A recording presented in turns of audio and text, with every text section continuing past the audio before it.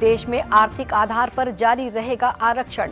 Supreme court की संविधान पीठ ने 103वें संविधान संशोधन की वैधता बरकरार रखी। राष्ट्रपति द्रौपदी मुर्मू ने आज नई दिल्ली में नर्सों को राष्ट्रीय फ्लोरेंस नाइटिंगेल पुरस्कार से किया सम्मानित।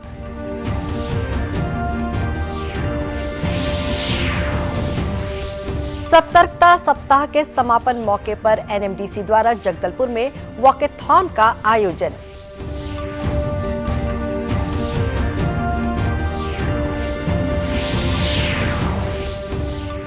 और दुर्ग जिला ओलंपिक खेल महोत्सव के तहत भिलाई में हुई मैराथन दौड़।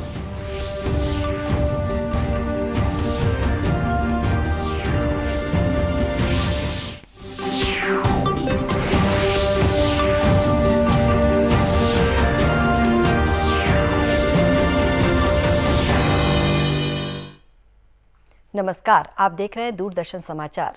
मैं हूं शुभ्रा भट्टाचार्य। अब समाचार विस्तार से। देश में आर्थिक आधार पर आरक्षण जारी रहेगा। इस मामले की सुनवाई करते हुए उच्चतम न्यायालय की 5 न्यायाधीशों की संविधान पीठ ने आज 3-2 के बहुमत से 103वें संविधान संशोधन की वैधता बरकरार रखी है, जिसमें दाखिलों और सरकारी नौकरियों में आर्थिक रूप से कमजोर वर्गों के लिए 10% आरक्षण का प्रावधान है।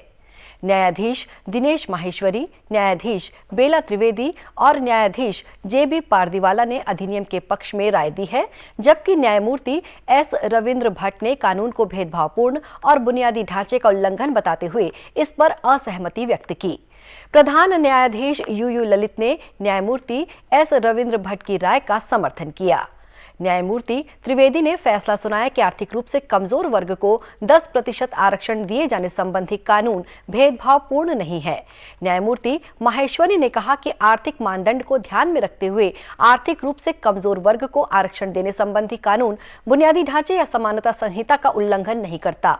उनका कहना था कि इस प्रावधान से 50% से अधिक आरक्षण देने की सीमा के किसी प्रावधान को कोई नुकसान नहीं पहुंचता। जनवरी 2019 में संसद ने 103वें संविधान संशोधन को मंजूरी दी थी और इसे तुरंत ही उच्चतम न्यायालय में चुनौती दी गई थी। पहले इस मामले की सुनवाई 3 न्यायाधीशों ने की थी, लेकिन बाद में 2019 में इसे 5 न्यायाधीशों की एक बड़ी पीठ के पास भेज दिया गया। संविधान पीठ ने सितंबर में 6 दिन से अधिक समय तक इस मामले की सुनवाई की और अपना फैसला सुरक्षित रखा था। राष्ट्रपति द्रौपदी मुर्मू ने आज नई दिल्ली में नर्सों को राष्ट्रीय फ्लोरेंस नाइटिंगेल पुरस्कार 2021 का वितरण किया। राष्ट्रपति भवन में आयोजित समारोह में स्वास्थ्य के क्षेत्र में उल्लेखनीय योगदान देने वाली देश के अलग अलग हिस्सों से चयनित नर्सों का राष्ट्रपति के हाथों सम्मान किया गया। आइए देखते हैं इस समारोह की कुछ झलकियां। Shrimati Lissy Achankunju, nurse, referral hospital, CISF camp, greater Noida, Uttar प्रदेश।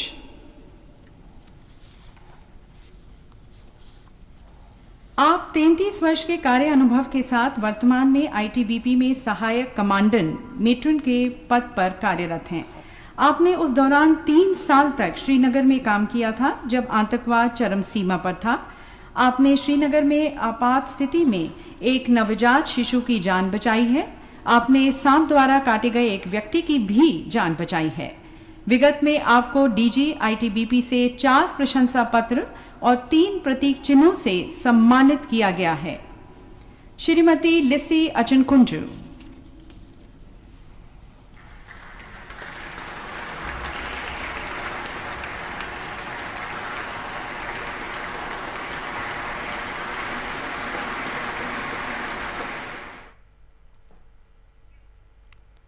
दुनिया की पहली नर्स मानी जाने वाली फ्लोरेंस नाइटिंगेल की याद में इन पुरस्कारों का वितरण किया जाता है।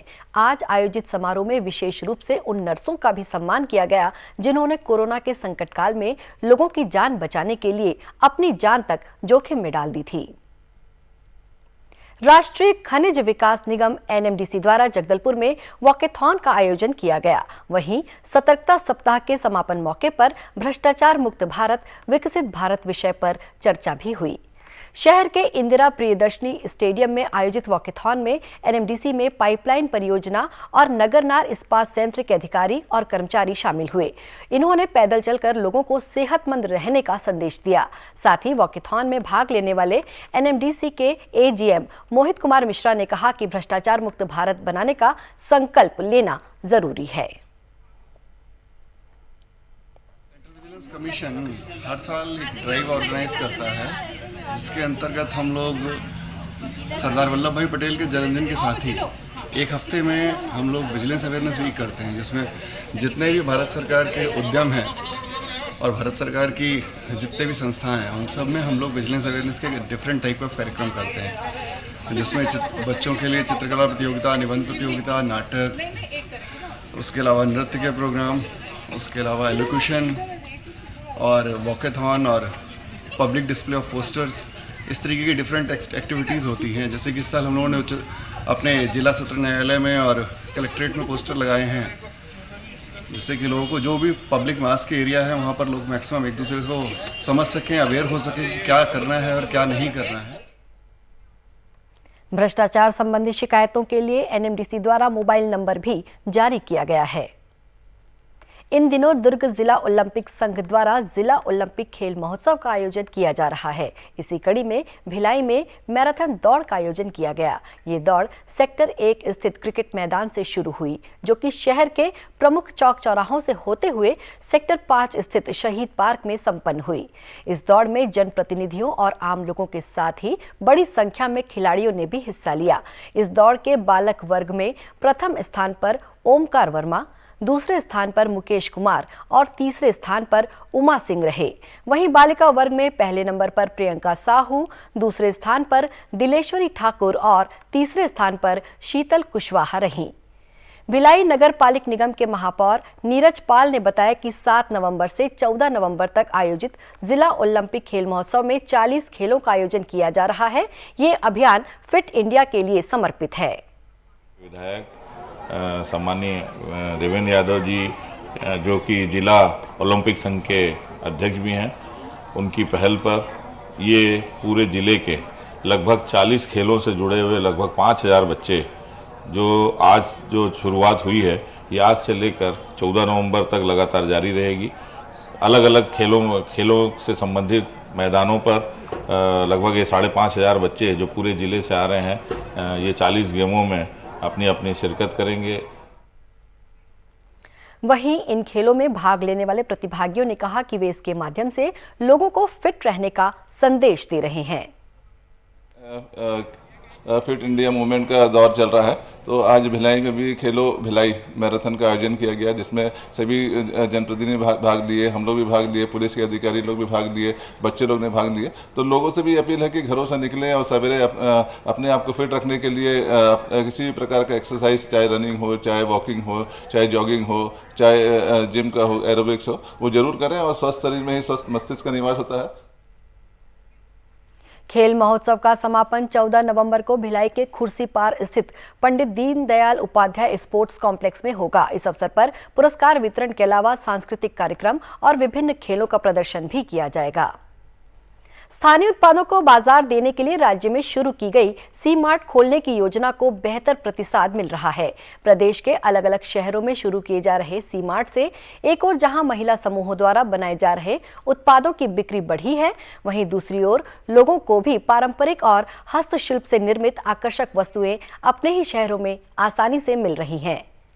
जांजगीर में खोले गए सी मार्ट के माध्यम से एक ही छत के नीचे लोगों को घरेलू उत्पाद मिल रहा है। इस सी मार्ट में एक ही स्थान से 100 से अधिक ग्रामीण उत्पादों की बिक्री की जा रही है।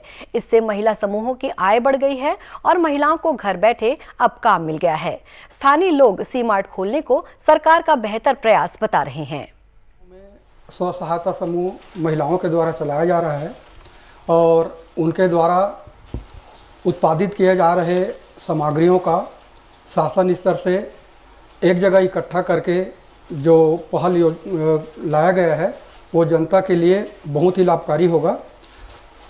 आमतौर पर सामान को देखने के लिए आदमी जाते हैं तो एक छत के नीचे बहुत सारी सामग्रियां मिलती हैं, तो न चाहते हुए भी जो पसंद आ जाता है उसको साथ में लेके जाते हैं। इससे हितग्राहियों को निश्चित रूप से फ़ायदा होगा। इसके लिए मैं शासन का धन्यवाद देता हूँ और ये बहुत अच्छी पहल है। सी मार्ट प्रभारी मनोज तिवारी ने बताया कि महिला समूहों द्वारा बनाई गई सभी वस्तुओं की अधिक मांग है। करीब हमने 112 महिला स्व सहायता समूह जो हैं उनके बनाए हुए प्रोडक्ट रखे हुए हैं, जिसमें अचार, बड़ी, पापड़ और घरेलू सामान जो है, जैसे मिर्ची हो गया, धनिया हो गया, सरसों की पैकिंग और चटाई, नैपकिन्स वगैरह जो हैं, दालें हैं, दोना पत्तल, ये सब जो है जो दैनिक वस्तुएं जो रहती हैं घरों में प्रयोग करने वाली, उनको रखा हुआ है। और ये महिलाओं को, समूहों को बढ़ाने का एक राज्य के तरफ से भी बहुत अच्छी पहल है। और हम भी ये चाहते हैं कि एक आम नागरिक होने के नाते हम भी यहाँ पे आएँ, उनके समूह के द्वारा बनाए हुए चीज़ों को खरीदें। गौरतलब है कि राज्य सरकार ने ग्रामीण अर्थव्यवस्था के विकास और गांव में तैयार उत्पादों को शहरों के मार्केट से जोड़ने के लिए सी मार्ट के माध्यम से एक पहल की है। जांजगीर चांपा जिले के करनौद और सोठी सहित कई अन्य गांवों के किसान गन्ने की फसल लगाने में ज्यादा रुचि दिखा रहे हैं। इन किसानों के अनुसार गन्ने की फसल से फायदा अधिक होता है और त्योहारों के समय इसकी मांग भी ज्यादा होती है। किसानों ने बताया कि गन्ना एक नकदी फसल है, जिसके चलते नवागढ़ ब्लॉक के अधिकतर किसानों का रुझान इस ओर बढ़ा है। हालांकि किसानों ने कहा कि सरकार की ओर से इस फसल के लिए किसी तरह की मदद नहीं दी जाती। किसानों ने सरकार से मांग की कि उन्हें आर्थिक सहायता दी जाए। मैं हमार बाप जमाना के खेती करत आत हूँ गन्ना के, और धान के अपेक्षा गन्ना में बढ़िया लाभ मिल जाते हैं मतलब, मगर ये साल तो कम लाभ मिले हैं। इस साल खेती भी गड़बड़ा गई बारिश की वजह से, तब भी धान से गन्ना में ज़्यादा लाभ मिलता है। यहाँ पर हम लोग गन्ने का खेती करते हैं, जिसमें हम लोगों को बहुत सारे फ़ायदे होते हैं। और बोला जाए तो जो किसानी धान उपज करते हैं उसके मुकाबले में इसमें हम लोगों को बहुत से फ़ायदे होते हैं। जैसे कि ये गन्ना आप देख सकते हो, बहुत बड़ा बारी लगा हुआ है। हम लोग तो एक किसान लगभग 1 एकड़ का खेती करते हैं। और नेंगुडी में पूरा जांजगीर जिले में फेमस हम लोगों का गांव है। यहाँ गन्ने की खेती के नाम से पूरा फेमस है हम लोगों का गांव। यहाँ बहुत अच्छे तरीके से गन्ना का पैदावार होता है। ये जो गन्ना होता है इसमें हम लोगों को बहुत सारी आमदनी होती है। हमन धान के फसल से अच्छा है, मत रोग रही खा दे, बीमारी में खा देते माहो साहो कीड़ा वीड़ा तरीका के साथ। तो आजकल दवाई भी काम नहीं करते है। एक जगह में अच्छा है कदवा 40 डिसमिल है, तो कम से कम 40 डिसमिल लगाएं तो कम से कम 20,000-30,000 के तो कमाई हो जाही 40 डिसमिल में। ओकर अपेक्षा धान के अपेक्षा ऐसे जैसे 1 एकड़ 2 एकड़ लगा देबो तो हमन के 10 एकड़ के कम, यानी 10 एकड़ के मुकाबला कर दी, यानी 1 एकड़ लगा देबो गन्ना होता। और यार कुशियार मन है तो 15 रुपया, 20 रुपया, 10 रुपया इतना का जा सकते हैं हमन के एक नग कुशियार है। किसानों ने यह भी कहा कि गन्ने की फसल लगाने के बाद उन्हें अच्छी पैदावार के लिए साल भर मेहनत करनी पड़ती है, लेकिन फसल कटाई के बाद अच्छा खासा मुनाफा होता है। स्वतंत्रता आंदोलन से जुड़ी घटनाओं पर आधारित सीरियल स्वराज का दूरदर्शन के राष्ट्रीय चैनल पर प्रसारण किया जा रहा है। दर्शक इसे डीडी नेशनल पर हर रविवार रात 9 बजे, मंगलवार दोपहर 1 बजे, गुरुवार दोपहर 1 बजे, शनिवार रात 9 बजे और रविवार सुबह 9 बजे देख सकते हैं। दूरदर्शन केंद्र रायपुर से प्रसारित होने वाले प्रादेशिक समाचार को आप YouTube पर भी देख सकते हैं। हमारे YouTube channel Chhattisgarh DD news पर प्रादेशिक समाचार उपलब्ध रहेगा। YouTube चैनल का लिंक और QR कोड आप स्क्रीन पर देख सकते हैं। अपने एंड्रॉयड फोन से QR कोड स्कैन कर आप छत्तीसगढ़ डीडी न्यूज लिंक पर जा सकते हैं। इसके अलावा छत्तीसगढ़ डीडी न्यूज फेसबुक और ट्विटर पर भी उपलब्ध है। इसी के साथ ये समाचार बुलेटिन यही समाप्त हुआ। नमस्कार।